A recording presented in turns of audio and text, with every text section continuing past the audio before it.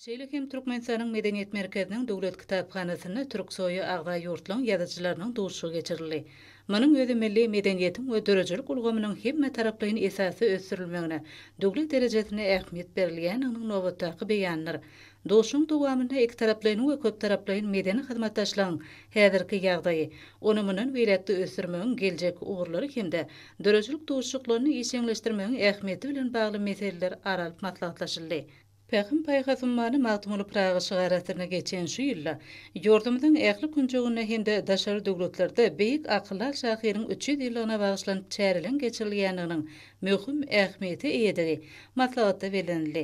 Şeýle çärilen esasy maksady magtymly Pragaýynyň edebi mirasynyň wagt edilmegine mundan beýlekde ýardam etmekden, bu gurda ilmi barlyklary çuňlaşdyrmakdan, türkmeniň beýik nusgawy şahyrynyň şahyrany we filosofik dünýäsine halkara ilmi edebiýat jemgyýetçiliginiň önsün çekmekden ibaratdyr. Şahyryň eserlerine beýan edilgen insanperwer garaýşlar diňe bir türkmen durmuşyna däl, eýsem gündogaryň ähli halklaryna uly täsirini ýetiripdir. Häzirki döwürde garaşdy baky bir tarap Türkmenistan bilen dünýä döwletleriniň hemde awraýly halkara guramalaryň arasyna hyzmatdaşlyk barha sürilýär.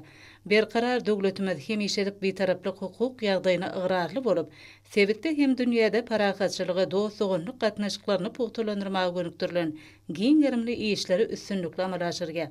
Burada ýygyderli alınıp barilýän medeni diplomatiýanyň çäklerini dünýä döwletleri, aýratynam türki dünýäniň ýurtlary bilen meden insanperwer gatnaşyklara aýratyn ähmiýet berilýär.